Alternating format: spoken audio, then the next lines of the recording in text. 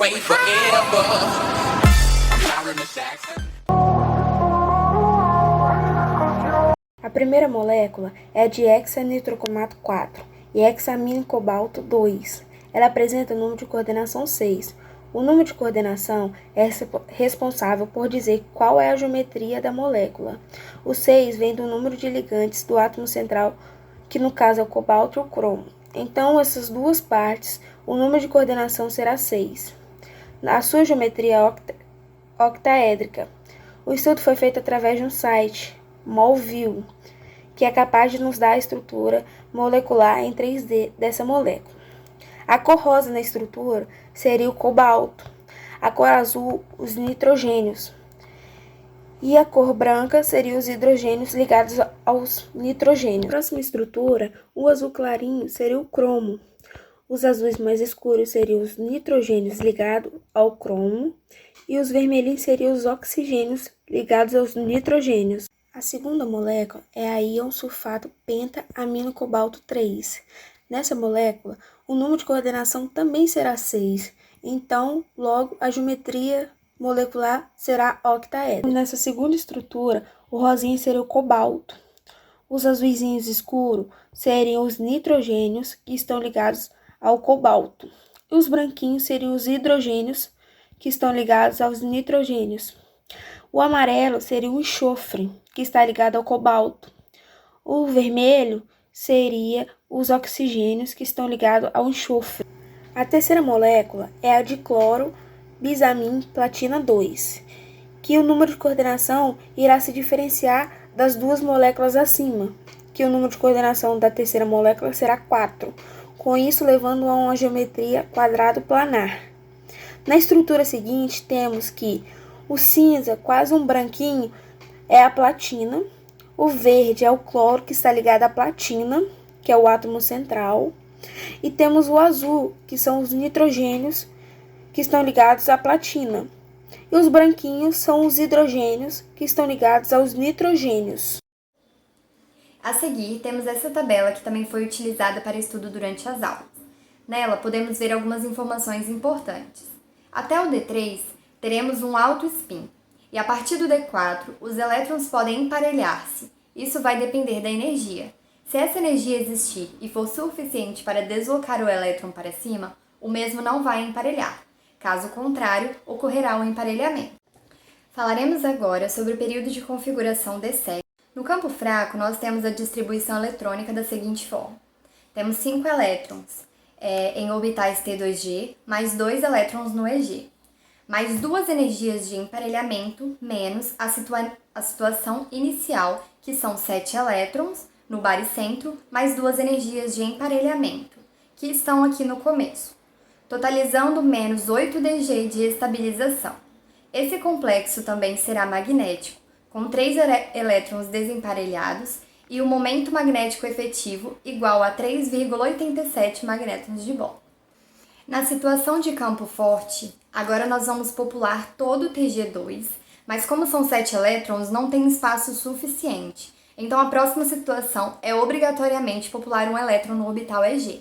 Neste caso, a energia de estabilização no campo cristalino fica 6 elétrons que estão no orbital T2G, mais as 3 energias de emparelhamento, mais um elétron que está no orbital EG, menos os 7 elétrons no baricentro e sua energia de emparelhamento inicial, que vai resultar em menos 18 mais uma energia de emparelhamento.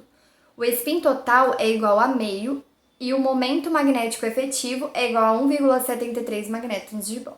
Falando agora sobre o período de configuração D5, a primeira possibilidade do campo fraco são 3 elétrons no orbital T2G e a energia de emparelhamento é muito grande. Então, os outros 2 elétrons serão colocados no orbital EG. Como a energia de emparelhamento é muito grande, nenhum elétron é emparelhado. Neste caso, a energia de estabilização do campo cristalino resulta em 0, e a quantidade de elétrons que ficam no orbital EG e T2G compensou. Então, o íon de configuração D5, que fica no campo fraco, a formação de ligação com o ligante provém de outros fatores, ou seja, tem-se a liberação de energia, porém ela não é liberada pelo campo cristalino. Ela vem de outros fatores. Apesar do ESC ser 0, Esse complexo é magnético e o momento magnético efetivo é de 5,92. Para a situação do campo forte, temos que os 5 elétrons ficaram nos orbitais T2G. Então deve-se emparelhar dois pares de elétrons. E o SC então vai ser 5 vezes o menos 4dQ, que é a energia de estabilidade ganha na ocupação desses orbitais, mais duas energias de emparelhamento, menos 5 elétrons no baricentro, que é a situação inicial, que vai resultar em menos 20dQ, mais duas energias de emparelhamento. A magnetização e o momento magnético efetivo é de 1,73. Bom, nessa molécula, a gente ainda vai estar trabalhando com a distribuição eletrônica do cobalto, igual na molécula anterior, porém com um diferencial. O cátion perde um elétron, então a gente vai estar perdendo um elétron na camada de valência, se tornando D6. Então, a partir disso, a gente consegue fazer a distribuição no campo cristalino. No campo fraco, a gente consegue observar que vamos ter 4 elétrons aí, sendo 2 deles emparelhados, e lá no orbital G, a gente vai ter 2 elétrons.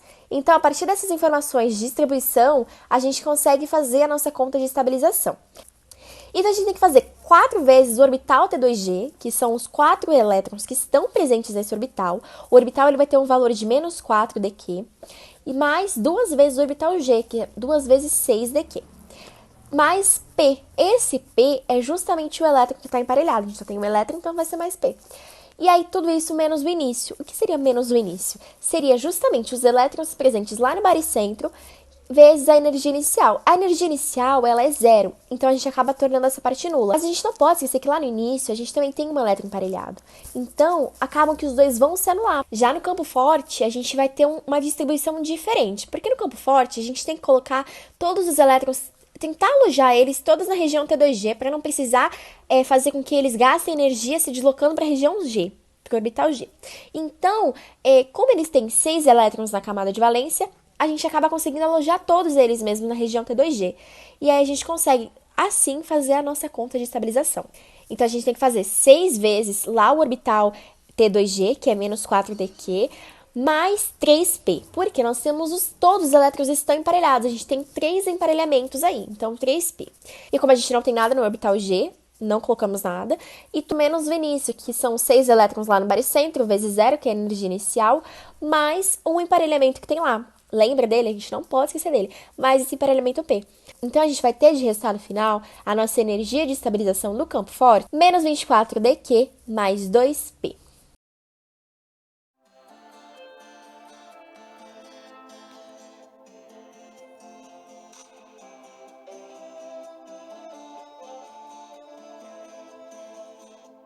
Meu nome é Patrício e esse é o complexo íon trisoxalato ferrato 3. O NOx do oxalato é menos 2, com 3 ele fica menos 6 e o ferro é 3 mais.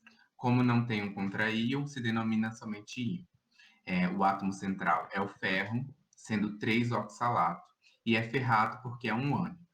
A geometria dele é octaédrica e o número de coordenação é 6. A distribuição eletrônica do ferro, o número atômico é 26. Nesta molécula, perde 3 elétrons, 2 na camada 4s e 1 na 3d, ficando 3d5. E essa é a estrutura plana da molécula.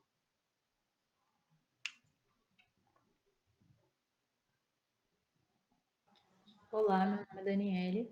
Eu vou falar brevemente sobre a teoria do campo cristalino. Os nossos complexos, têm um campo cristalino octaédrico. E isso significa, quando os ligantes se aproximam para ligar com o metal, né, que é o átomo central, esses ligantes coincidem com os eixos cartesianos dos orbitais dz2 e dx2y2. E isso gera uma grande repulsão dos elétrons. Essa energia aumenta muito desses orbitais e ocorre essa subdivisão. Então, ao invés de todos estarem na mesma linha energética, ocorre que 2 deles viram orbitais EG, com uma energia maior, e os outros são os orbitais T2G. Então, a depender dos ligantes que se aproximam desse metal, pode gerar um campo fraco ou campo forte. E o que isso significa? Significa que nesse desdobramento, a energia de um campo forte ela é muito maior que de um campo fraco. Então, esse delta oct seria bem maior, e ao invés de ele pular para os orbitais EG, primeiro ele gastaria a energia de emparelhamento, só para posteriormente pular para a próxima camada, para o próximo orbital, que seria o EG. Meu nome é Demian e eu vou mostrar como nós fizemos o cálculo de energia de estabilização do campo cristalino. Como este é um orbital 3d5, nós vamos utilizar 3 elétrons na camada de baixo e 2 elétrons na camada de cima quando nós tivermos o campo fraco.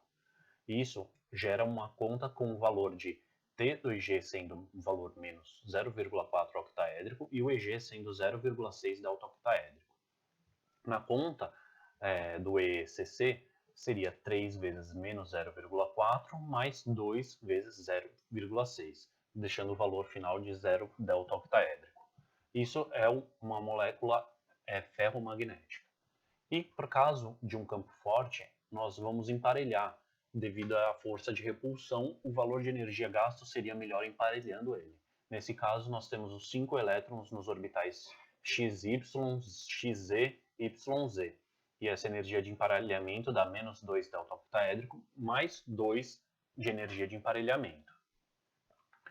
E aqui a gente continua fazendo, para descobrir o valor, nós temos que utilizar essa fórmula, que é a constante de Planck vezes velocidade dividido por o comprimento de onda. Como são duas constantes em cima, nós vamos utilizar a velocidade da luz, porque é um elétron, e vamos dividir pelo comprimento de onda. Nesse caso, o comprimento de onda nós transformamos em metro, que ele estaria em nanômetro.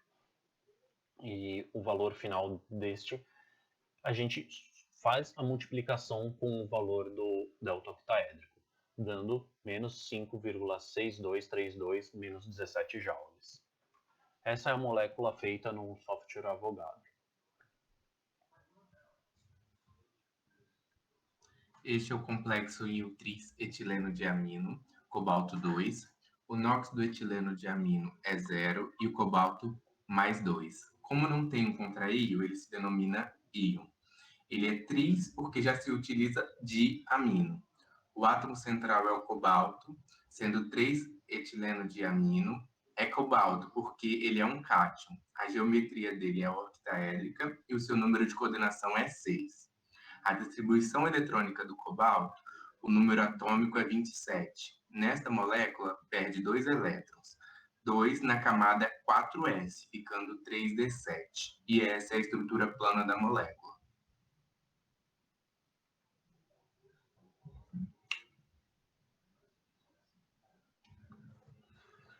Conforme dito anteriormente na distribuição do complexo de ferro, existem duas opções de configurações de acordo com o tipo de campo para o complexo de cobalto.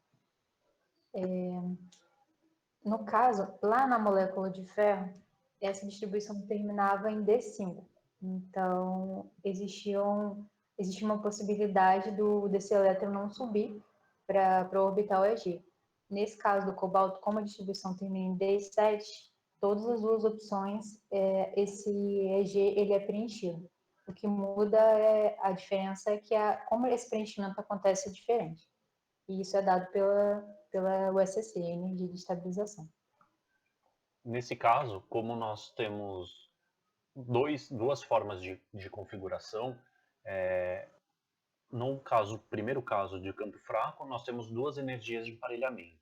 E no campo forte, nós temos 3 energias de emparelhamento, que levando em consideração o valor final, que modifica muito.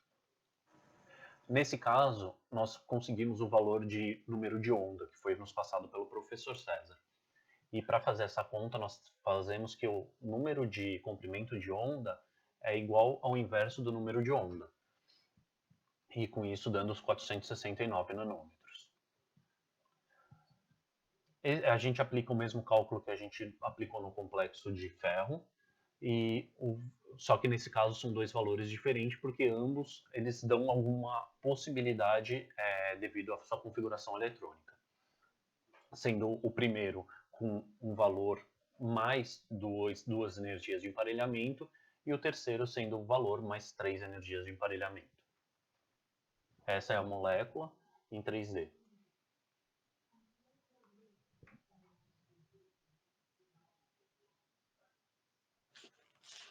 Para colaborar com os cálculos, a gente colocou essa tabelinha que foi usada, que ela foi extraída das aulas do professor César, onde ela mostra como esses elétrons estão distribuídos em cada tipo de orbital, tanto no EG quanto no T2G, de acordo com os campos, né? Se o campo é fraco ou o campo é forte.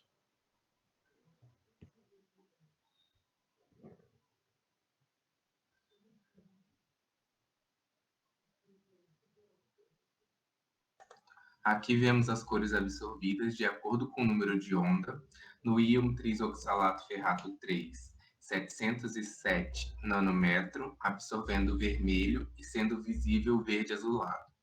E no íon tris-etileno diamino cobalto 2, 469 nanômetro, absorvendo ao azul esverdeado e visível laranja.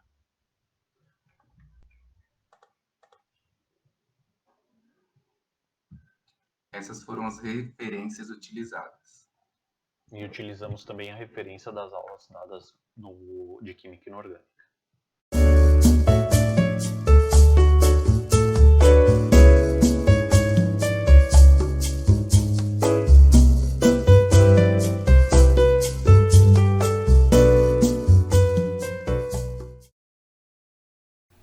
Bom, nós vamos falar sobre análise de compostos e sobre o cálculo de ECC. O grupo é composto por Eduardo Escaramuça, Isabelle Lordes e João Pedro Abreu. O professor é César Henrique Manzini e a disciplina é Química Inorgânica 1. Eu irei começar falando sobre a próxima molécula, que tem a nomenclatura de brometo de dietano diamino cuprato 2. Isso é devido ao NOx da molécula. O cobre na molécula ele tem o NOx mais 2, então por isso que é o 2 no final. E é isso. Ok. Já quanto ao magnetismo da estrutura, na hora que for apresentado o diagrama do ECC, é possível perceber um elétron desemparelhado, o que mostra o comportamento magnético que ele tem. E quanto à coloração dele, é possível perceber pelo comprimento de onda, possui um comprimento de onda de 287,1 nanômetros, e que para o nosso espectro do visível, ele é fora do espectro de visível, então seria um líquido simplesmente transparente, com nenhuma coloração. E pode continuar. Em relação à estrutura da molécula,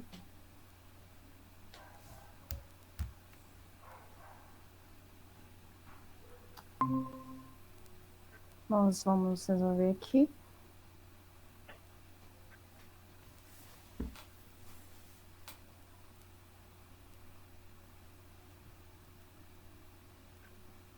Ela ficaria da seguinte forma: o cobre no meio, formado por duas etilodiaminas.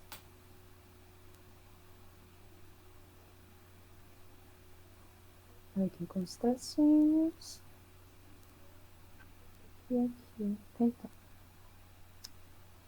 Onde? Opa.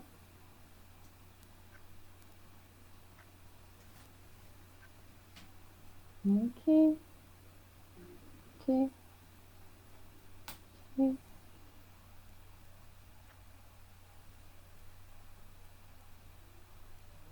E o bromo do lado de fora, porque ele não vai estar ligado ao cobre, apenas atraído eletronicamente. E em relação ao ESC desse composto, nós vemos que ele vai ter o T2 totalmente preenchido e o EG com apenas uma caixa preenchida. Então, ele vai ter um ESC de menos 4,132777 vezes 10 elevado a menos 61 joules. A próxima molécula ela tem a nomenclatura de tetrabromido cuprato 2, de sódio. Isso devido novamente ao NOx do cobre na molécula. E é isso. Já contra o magnetismo dela e a coloração, juntamente do comprimento de onda, o magnetismo dessa molécula ele segue na mesma ideia da outra molécula. Ele também possui um elétron desemparelhado na hora que você distribui os elétrons da molécula, e com isso dá as características de ser atraído por um campo eletromagnético. Já contra a coloração, por causa do comprimento de onda de 637,4 nanômetros, ele fica no espectro visível, tem uma coloração próximo a de um azul ciano, um azul, uma coisa meio verde água, e é isso. Em relação à estrutura dela, nós faremos aqui 2 CuBr. Fazendo a estrutura dela, nós também vemos que será um quadrado planar. Opa, tá errado.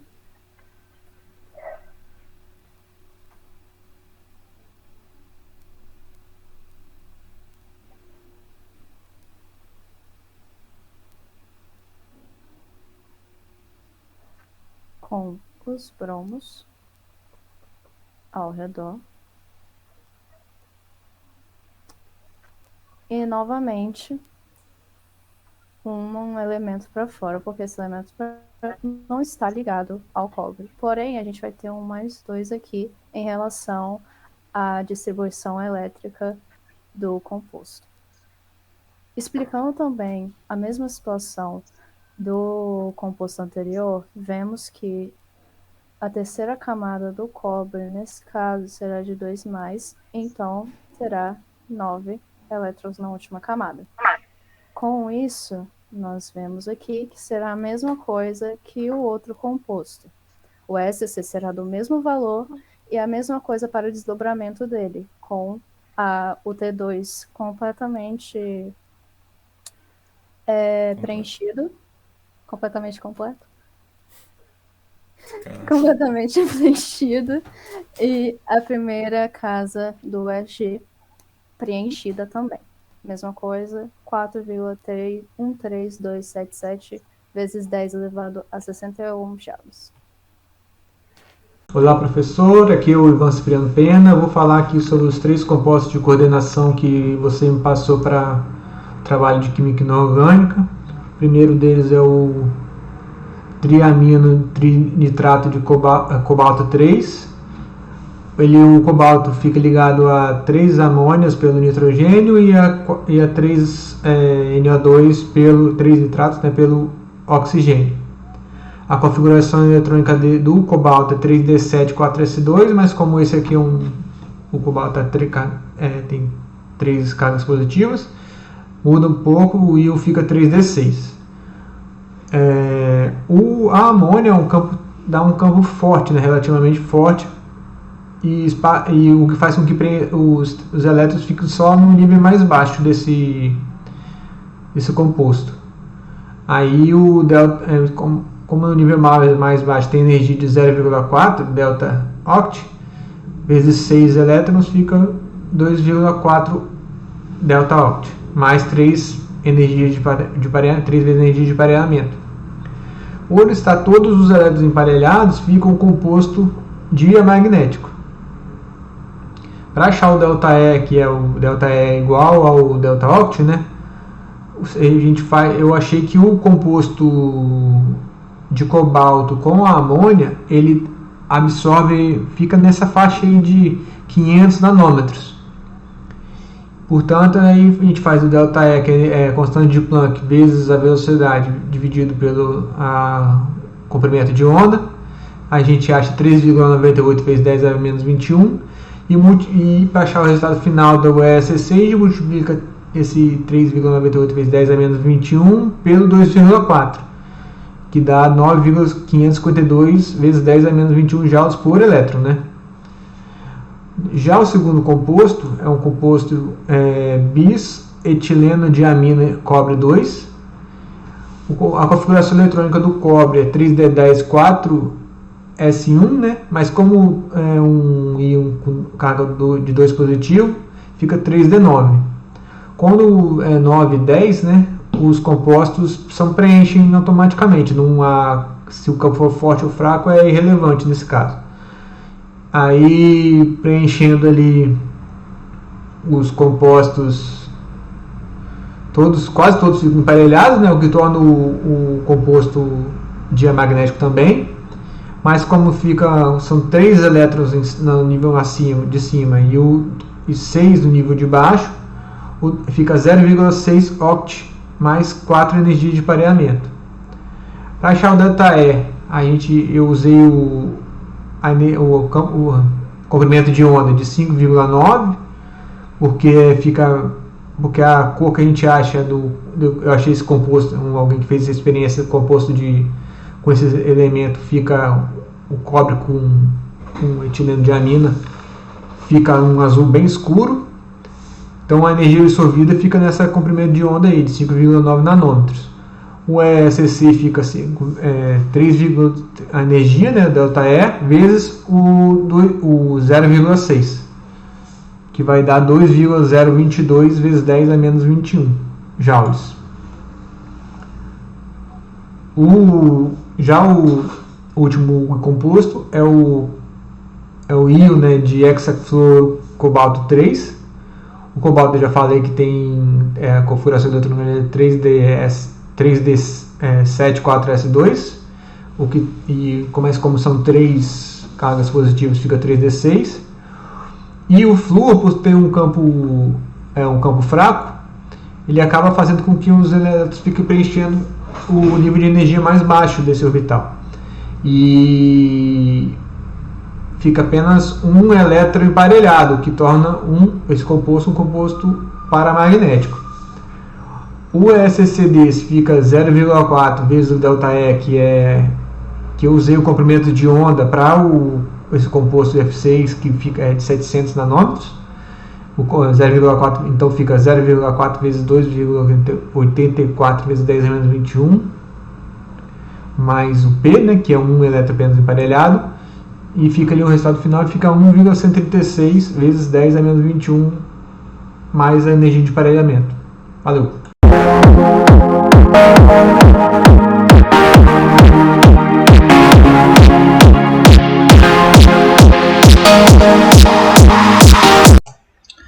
Oi, eu sou o Lucas e eu e meu grupo iremos apresentar os compostos íon tetracianoniquelato e o íon hexacianoferrato 3.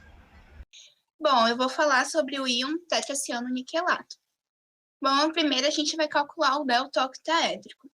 O comprimento de onda máxima absorvido desse íon é 308 nanômetros, de acordo com análise do cianeto com base na complexação dos íons CN- e no método de espectrofotometria, tradução livre. Bom, primeiro a gente vai jogar na fórmula da energia, que vai ser usada para calcular o delta octaédrico, que é igual a constante de Planck vezes a velocidade da luz sobre o comprimento de onda.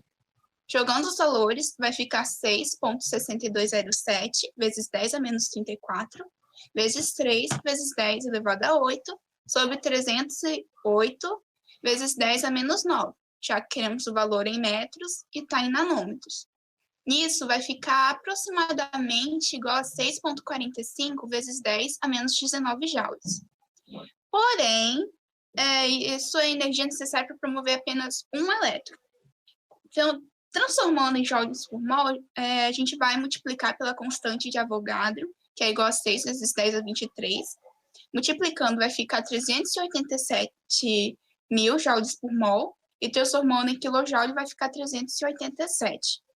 Por ser quadrado planar, o íon vai ter o desdobramento dessa forma, e calculando o SC, vai ficar 4 vezes menos 0,51 delta octaédrico, que são os valores de DXZ e DYZ, mais 2 vezes menos 0,43 delta octaédrico, que é o valor de DZ2, mais 2 vezes 0,23 delta-octaédrico, que é o valor de DXY, mais 4P, já que temos 4 pares de elétrons emparelhados. Fazendo a multiplicação, somando, vai ficar menos 2,44 delta-octaédrico mais 4P. Colocando o valor, que é 387, vai ficar menos 944,20 kJ por mol, mais a energia de emparelhamento. Então, esse foi o cálculo da SCC do íon tetraciano niquelato 2. Apesar dele absorver mais na faixa dos 308 nanômetros, ele também absorve na faixa de 435 a 480 nanômetros. E ao absorver nessa faixa, ele vai liberar essa energia. E liberando, ele vai emitir a luz da cor amarela. Eu vou falar sobre o íon hexacianoferrato 3, que por ser um complexo octaédrico, tem um desdobramento energético da forma da imagem. Para calcular o delta octaédrico, precisamos do comprimento de onda máxima absorvido pelo composto, que é 302 nanômetros, segundo o artigo Degradação fotocatalítica de ferro e cianeto como efluente de mineração de ouro sintético, usando dióxido de titânio auxiliado por peróxido de hidrogênio. Para fazer o cálculo do delta octaédrico, utilizamos a fórmula de energia, e o resultado vai dar aproximadamente 6,58 vezes 10 a menos 19 joules. Só que essa energia é necessária para promover um elétron. Então, para promover um mol de elétrons, multiplicamos esse resultado pelo número de Avogadro, que vai dar um resultado de 394,8 kJ por mol. Como o íon hexacianoferrato ele é um complexo octaédrico e tem desdobramento como na imagem, e o ferro ele segue a distribuição do argônio mais 3d5, temos 5 elétrons para fazer a distribuição. Como o ligante ele é um ligante de campo forte, temos um complexo de spin baixo, por isso vamos colocar os elétrons emparelhados. Para fazer o cálculo da energia de estabilização do campo cristalino, consideramos cada elétron que está localizado embaixo, multiplicando por menos 0,4 delta octaédrico. Porém, como temos 2 elétrons emparelhados, consideramos 2P como energia de emparelhamento. Isso vai dar um resultado de menos 74,8 kJ por mol. No caso desse composto, usando como referência a molécula do hexacianoferrato 3 de potássio, pois o potássio, ele, por ser incolor, ele não vai interferir na cor do íon, essa substância ela vai absorver na faixa de 490 a 500 nanômetros.